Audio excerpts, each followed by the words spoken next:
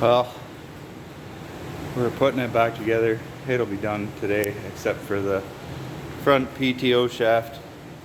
It's getting a yoke replaced on it at our local driveline shop. Took it down there because the U-joint in it was going bad, and he could spin the cups in the yoke, so he just thought it was better if we changed the yoke.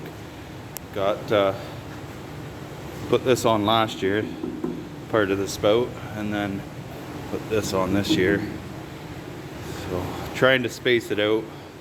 I really should have likely replaced this last year too, because it was getting thin and we wore it right out on the end. Knives are into it, cross augers into it.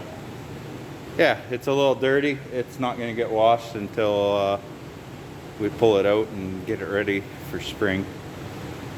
So it usually gets washed after corn silage, but we had a hard time getting enough feed for the cows. We had tons of corn silage. Corn was good, even though it was a dry year. But haylage, we couldn't make hay. We couldn't get hay to grow this year to save our lives. So we just had to make do. So we planted peas and oats down at a neighbor's farm. He wanted to put a cover crop in, so we paid for the seed.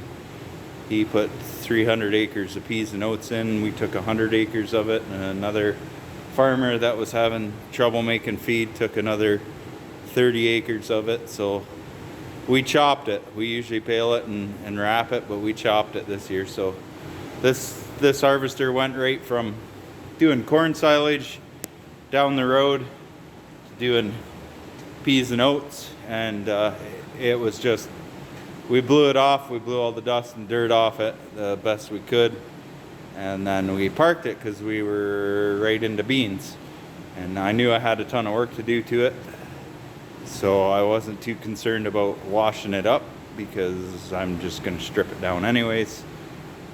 The swivel for the spout was so packed full of dirt. By the time we were done the peas and oats, you couldn't turn it like this at all. So I had to take the flange off here and pull the spout apart, clean it up. This is a system I made up, so because when you buy these Agri speed hitches, they just give you a rope to release it that runs all the way to the cab, and we already had a speed hitch on here from New Holland to drop the wagons, so I just used the hoses. I had this old cylinder off an old uni and just made a bracket up, so that way I can unhook with just a remote on the tractor instead of having to turn around and pull a cable to release it. But yeah, it's get another couple years out of this. Put new hinges on here. Previous farmer just put a hinge like this onto it when those hinges broke. If I could make any suggestion when you're doing equipment maintenance, don't cheap out. If you're not going to maintain it, then that's fine. Don't maintain it, but don't expect it to be worth anything at the end to trade in.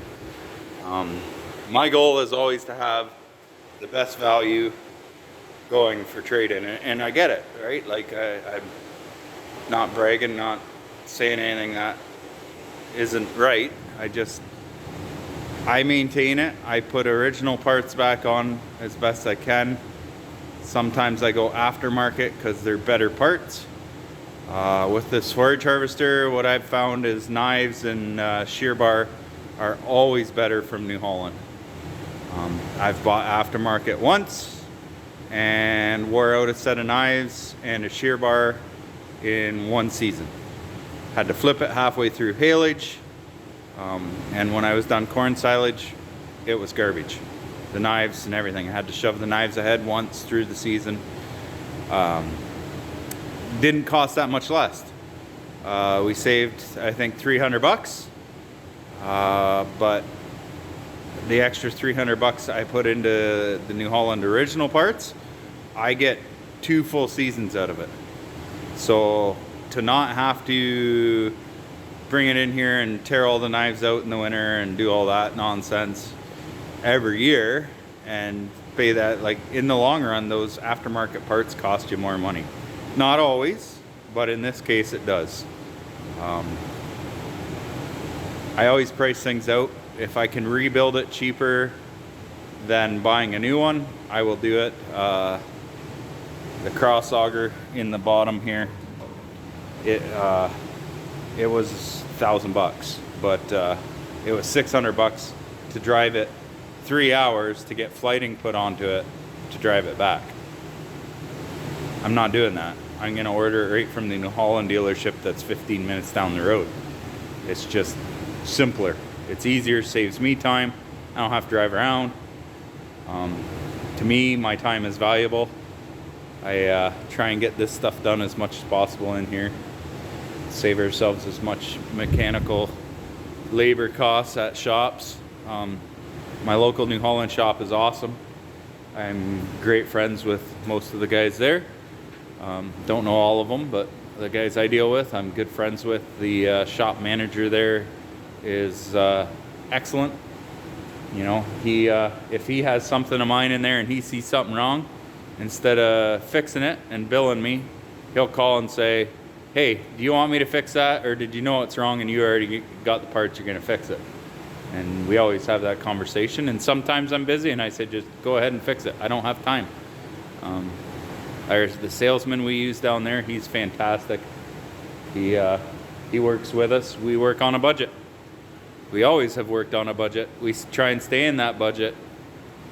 So we do what we can to stay in there.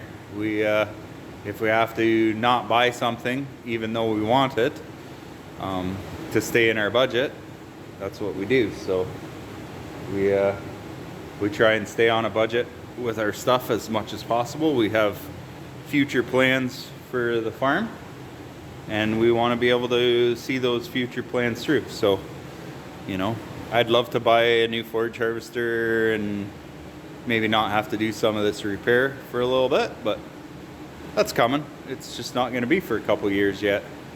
But when we do go get one, it'll be brand new. Like, that's the plan, right? Our tractors, I think, excuse me, my father-in-law is the last one to buy a new tractor for the farm. We've been buying used. We take our time. We usually will get them out here and use them for a full week before we buy them, or if we know where they've come from. The last 2 we've bought, we knew where they came from. We had the loader out here, the loader tractor we bought last year. We had it out here for a week, and then I just told them, hey, when we bring it back, get it ready for us to purchase it. We traded our little loader in because it was just unsafe handling bales. And then the last tractor we just bought, we bought a new planter / baler tractor. Knew where it came from, met all the criteria. Yeah, it's used, but fit our budget. And we sold 2 tractors and bought 1 newer one. Sold 2 older ones that were a little too small. So yeah, we try and do those updates. Want to do a barn build here in the next year and a half too.